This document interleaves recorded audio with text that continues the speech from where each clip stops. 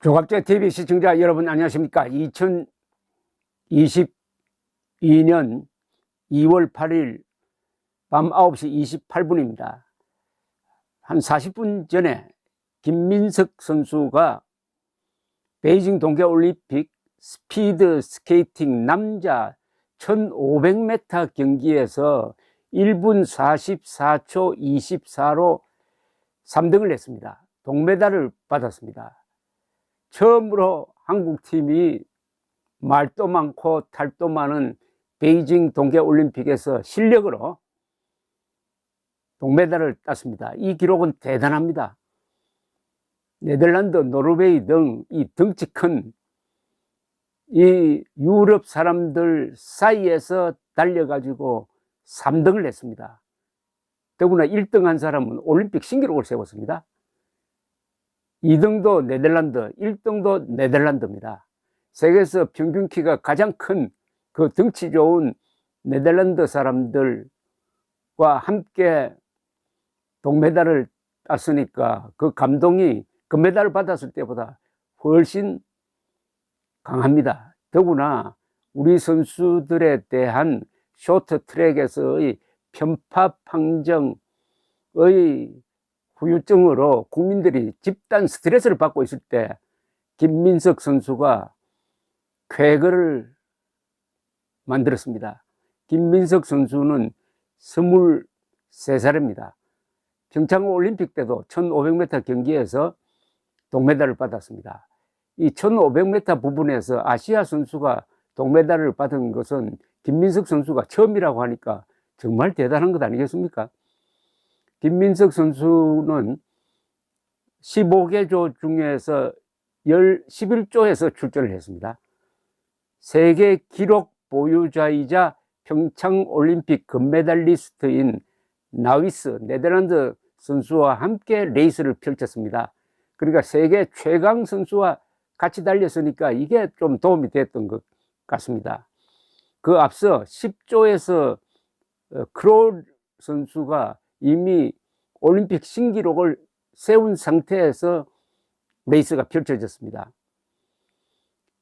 이 해설을 하던 KBS 해설위원 이상화 선수가 김민석은 저런 분위기에 휩쓸릴 선수가 아니다. 주눅들지 않고 끝까지 달릴 것이라고 했는데 그렇게 되었습니다.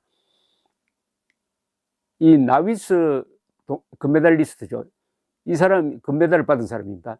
올림픽 기록을 다시 깨는 사이 최고 시속 58km로 달리며 그 뒤를 끈질기게 따라붙은 김민석도 좋은 기록으로, 자기 기록보다 훨씬 더 좋은 기록으로 레이스를 마쳐가지고 나머지 선수들이 기록을 하나씩 남기는 걸 지켜보다가 마지막에 3위가 확정되니까 아주 좋아하는 그 모습이 국민 여러분들의 답답한 신경을 상당히 날렸을 것이라고 생각합니다.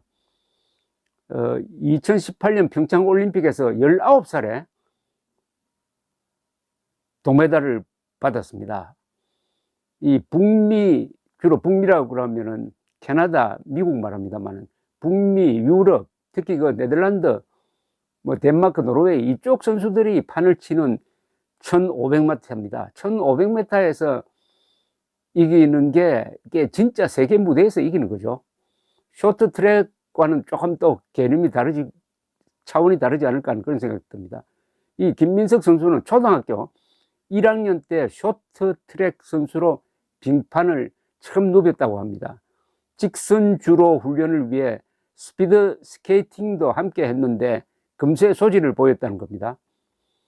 아버지 김남수 씨는 스피드 스케이팅에 더 두각을 나타냈던 민석이는 6학년 때 쇼트트랙 전국대회 MVP가 된 후 미련 없이 스피드 스케이팅으로 바꿨다는 겁니다. 발볼이 넓고 발등이 두꺼워 가지고 많은 사람들이 김민석에게 장사의 발이라며 단거리를 권유했지만은 그는 중장거리를 고집했다고 합니다.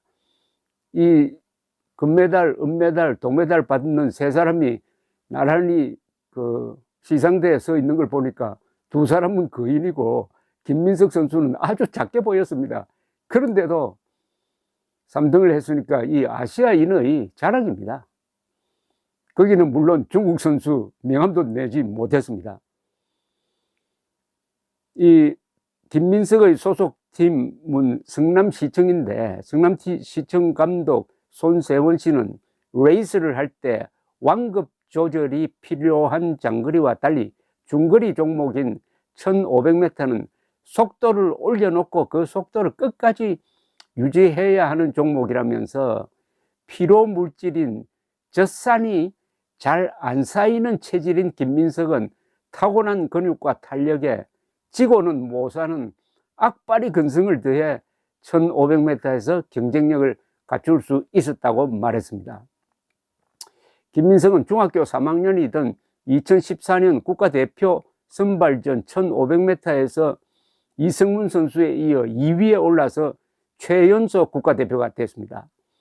2017년 삿포로 동계 아시안 게임에서는 1500m와 팀 추월 2관왕에 올라 그때부터 이미 빙속 괴물로 불려졌다고 합니다.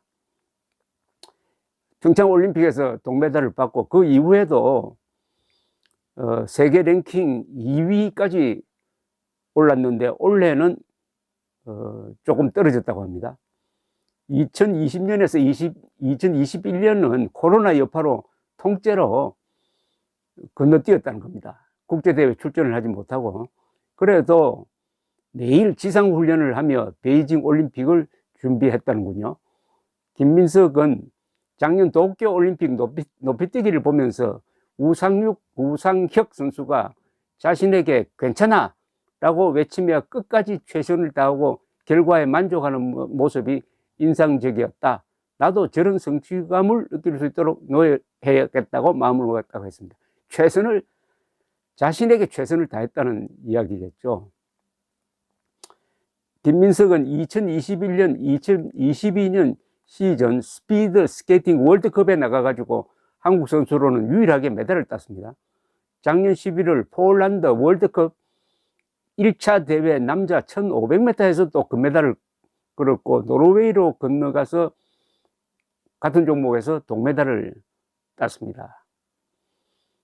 이번에 출전할 때는 세계 랭킹 7위로 출전을 했다가 3등까지 올라간 거죠. 어디를 가도 주눅드는 법이 없는 빙속 괴물이라는 표현을 이강석 KBS 해설위원이 했습니다.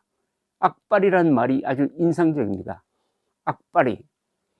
이번 이 동메달은 첫 메달이라는 점도 그렇고 유럽 사람들, 서구 사람들이 판을 치는 데서 아시아 선수로서 유일하게 2번 동메달을 딴 기록, 그리고 심판을 공정하게 보면은 실력대로 이길 수 있다는 것을 보여주어서 중국 사람들에게 한국 사람들의 이 센 길을 보여주었다고 합니다. 저는 네덜란드에 한 몇 차례, 서너 차례 여행을 했는데 네덜란드에만 들어가면은 이 동양 사람들은 주눅이 듭니다. 세계 평균 신장이 남자가 가장 큰 사람들이 네덜란드인데 평균 신장이 한 184cm나 됩니다. 남자의 경우에. 그리고 이 사람들은 자전거를 자주 타서 그런지 몸이 날씬합니다. 완전히 우량종 인간처럼 보입니다. 거기는 스키장은 없어요. 그런데 이 스피드 스케이팅 연습은 많이 하고 해서 이 스키는 노르웨이 사람, 스피드 스케이팅 분야는 네덜란드 사람들이 판을 칩니다. 그 체력 좋고 체격 좋은 사람과 이 다부진 김민석 선수가 붙어가지고 3등을 하니까 이건 금메달 이상입니다. 중국 사람들에게 큰 소리 칠 이유가 생겼습니다. 그런데 너무 반중 감정에 사로잡히지 말기를 바랍니다. 중국 사람이 원래 그렇지 않아요. 공산당이 문제입니다. 공산당 치하에서 중국 사람들이 상당히 그 공산당원들을 닮아가다가 이렇게 되었다는 것을 감안한다면 중국 사람들을 미워하지 마시고 공산당을 미워해야 됩니다. 감사합니다.